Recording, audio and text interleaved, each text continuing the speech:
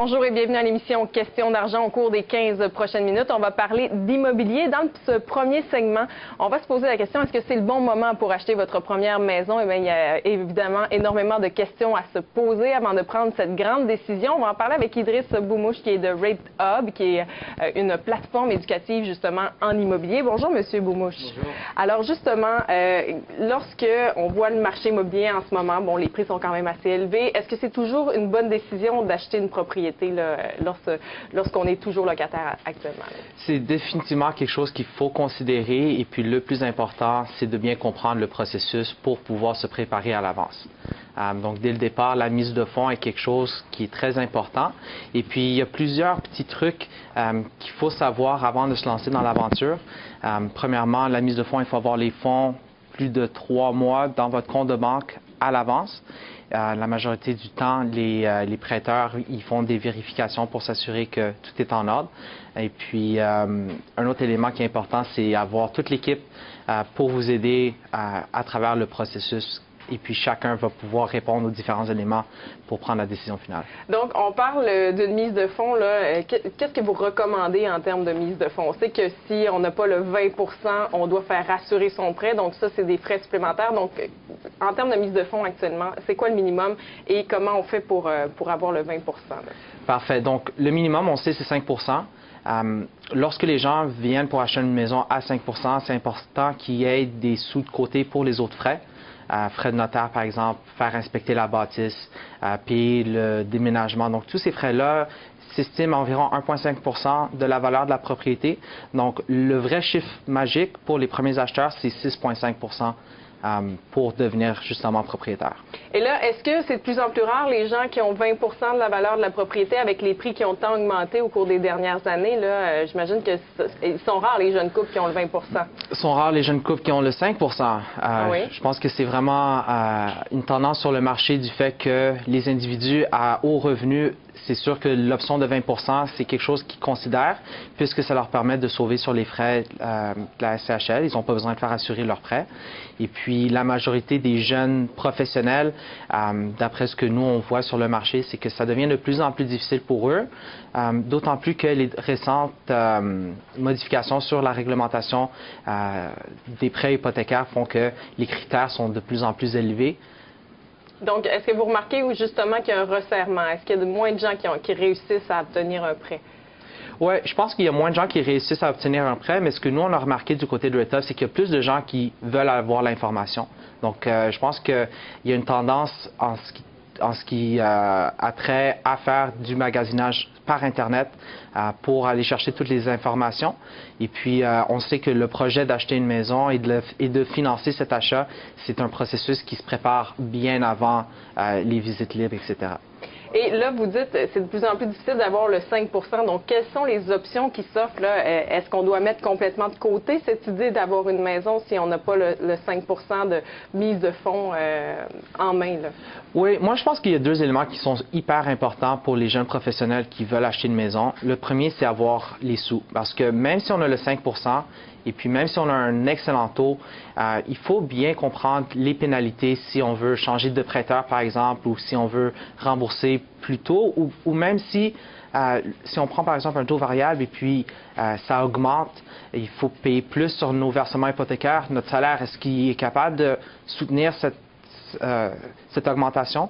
Donc, une stabilité financière est primordiale. Et puis, le deuxième élément que je partage à beaucoup de gens qui appellent pour avoir des informations sur comment acheter une maison, c'est votre code de crédit, c'est votre historique de crédit. Donc, une fois qu'on a, par exemple, une banqueroute ou qu'on a des problèmes avec certains prêteurs, ça devient de plus en plus difficile. Et puis, comme on parlait tantôt avec les resserrements, les gens qui ont des problèmes de crédit, malheureusement, leurs options, il n'y en a plus beaucoup. On parlait plutôt cette semaine de statistiques justement de faillite. Là. 12 des jeunes entre 18 et 29 ans qui ont déjà fait une faillite. Donc là, dans ce groupe-là, on ne peut pas penser devenir propriétaire. Je pense que rester locataire n'est pas une mauvaise chose. La jeunesse, on le voit, il y a beaucoup plus d'entrepreneurs, il y a plusieurs avenues qu'on peut utiliser pour bâtir une carrière et puis une famille, je dirais. Donc, même si, par exemple, on reste propriétaire un peu plus longtemps, ça nous permet de pouvoir épargner pour le fameux 5 et puis prendre son temps pour aller à travers le processus. Parce qu'une fois qu'on achète une maison c'est pour de bon. La période d'amortissement, on prévoit la payer sur 20-25 ans. Donc, c'est pas, on ne change pas tous les mois. Et il y a des dépenses récurrentes qui viennent avec ça, les taxes municipales, les intérêts finalement sur le prêt. Donc, c'est des dépenses importantes là, annuellement. C'est un grand investissement. Et donc, RateHub, plateforme d'information en immobilier, qui fait appel à vos services des premiers acheteurs notamment? Oui, beaucoup de premiers acheteurs qui veulent comprendre c'est quoi les différents crédits d'impôt qui sont disponibles pour eux. Donc, on peut utiliser leur app. Également, à Montréal, il y a un programme pour l'accession à la propriété. Alors, on peut voir ça sur votre site web. Merci beaucoup d'avoir été avec nous.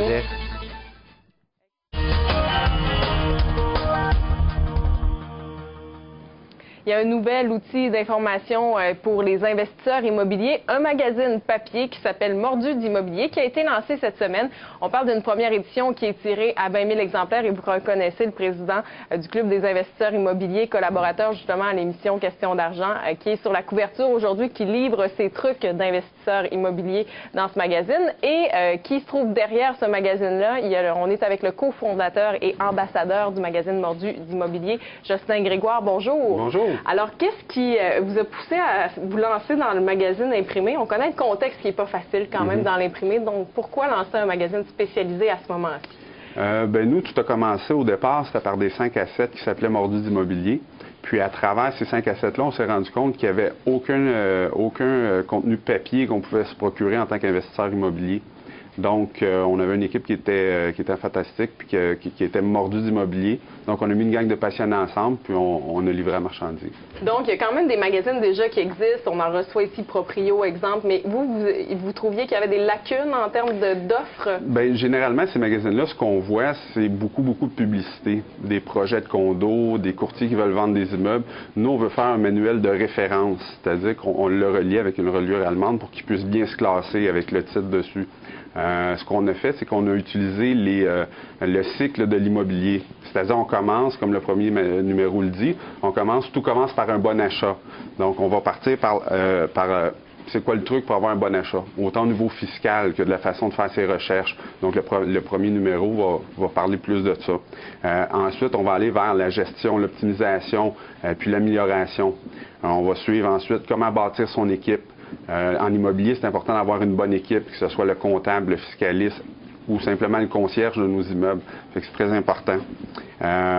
Quatrième numéro, il va vers le financement puis l'effet levier. Parce que dans le cycle de l'immobilier, on commence par l'achat, on améliore notre immeuble. Ensuite de ça, on se bâtit une grosse équipe. Puis là, le premier terme, probablement, de notre hypothèque va venir à terme.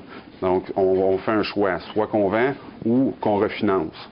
Donc, c'est un petit peu la démarche qu'on a fait. Donc, des magazines à conserver. Là, déjà, vous en distribuez 20 000. Bien, vous en avez finalement publié 20 000 exemplaires. Ouais. Votre objectif, là, c'est de rejoindre quel type de clientèle? Et est-ce que déjà, vous avez des abonnés là, depuis le lancement? Oui, on a plusieurs abonnés. On est vraiment content du retour. Les gens qu'on veut rejoindre, là, c'est du simple amateur qui aimerait ça investir puis qui veut s'instruire, à la personne qui a 400 ou 500 portes, qui veut aller chercher plus de trucs, que ce soit des petits trucs courants pour la fiscalité ou des trucs d'entretien. C'est ce qu'on va offrir. On a une belle collaboration avec le service des incendies de Montréal qui vient nous expliquer c'est un peu quoi qu'il faut faire pour avoir nos immeubles toujours aux normes. Donc, ils vont nous suivre publication après publication.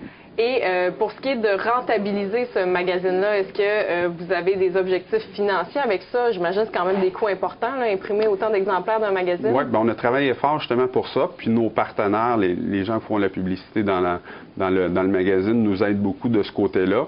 Je vais vous avouer que c'était plus un trip de gang, puis un trip de mordu, si on veut, parce qu'à la base, je suis un mordu d'immobilier, je ne suis pas un éditeur. Puis, pourvu qu'on arrive à la fin de l'année, puis qu'on balance even, on va être bien content. Et là, est-ce que vous pensez être en bonne voie de réaliser ça? Il est trop tôt pour le dire à ce moment-ci? Il est quand même assez tôt pour le dire, mais via mes entreprises, c'est autofinancé. Donc, on se dit, tant qu'à investir dans de la publicité, pourquoi pas y aller dans un magazine un dans l'autre, là, ça revient pas mal au même. Parce que vous, c'est parti tout ça de rencontres de mordus d'immobilier. Expliquez-nous là, qui participe à ces rencontres-là. Bien, on a toutes sortes de spécialistes. Au départ, ces rencontres-là, c'était pour faire des rencontres. On le sait, de nos jours, on travaille beaucoup au téléphone, par Internet. Puis les spécialistes qu'on connaît, on les voit pas souvent. Puis j'ai réalisé avec le temps, avec mon équipe, on a réalisé que plus qu'on connaissait les personnes, plus que les affaires qu'on faisait avec eux étaient bonnes. Donc, on a dit, on va les rassembler une fois par mois, tant qu'à les rencontrer un à un, puis essayer de courir après. On a rassemblé ça, puis maintenant, on réunit près de 100 personnes à tous les mois pour faire du bon réseautage. Et ça se passe à Montréal. Est-ce que, en terminant, j'aimerais vous entendre là-dessus. Est-ce que présentement, vous trouvez, bon, on sait que le marché est à un sommet en ce moment, est-ce que c'est encore un bon moment pour investir dans les plex à Montréal? C'est un très bon moment. Le marché n'a pas vraiment diminué dans les plex. Ce qu'on entend souvent, c'est que le marché a ralenti. Oui, c'est vrai pour les courtiers immobiliers qui vendent de la maison et du condo. Mais dans le multiplex, là, les prix continuent de monter, les loyers continuent d'augmenter, puis le marché est très vigoureux. Et est-ce que vous remarquez justement qu'avec les bas taux d'intérêt, de plus en plus de gens s'intéressent à cette façon d'investir? Oui, bien, c'est une façon d'aller chercher de l'argent des autres. Monsieur Lépine, mon mentor là, qui collabore avec vous, le dit souvent, là, de faire travailler l'argent des autres, c'est-à-dire l'argent de la banque, et puis d'avoir des bons rendements là-dessus. Et deuxième numéro, donc, vous prévoyez lancer ça le 20 janvier prochain. Donc, c'est un magazine qui sera publié à tous les 2 mois? Oui. Donc... bimestriel, 6 copies par année. C'est un gros travail avec une petite équipe. Comme je disais tantôt, on s'autofinance. On travaille fort, mais on espère que les gens vont embarquer dans notre magazine puis vont suivre avec nous là, pour justement permettre qu'on puisse être là plusieurs années. Et ce qui est intéressant, c'est que vous viendrez nous voir à Question d'argent justement avec vos collaborateurs pour nous donner des trucs et nous présenter le contenu de ce magazine. Donc, on se reverra en janvier avec ce deuxième numéro. Merci beaucoup, Jocelyn Grégoire, d'avoir été avec nous. Merci. Merci.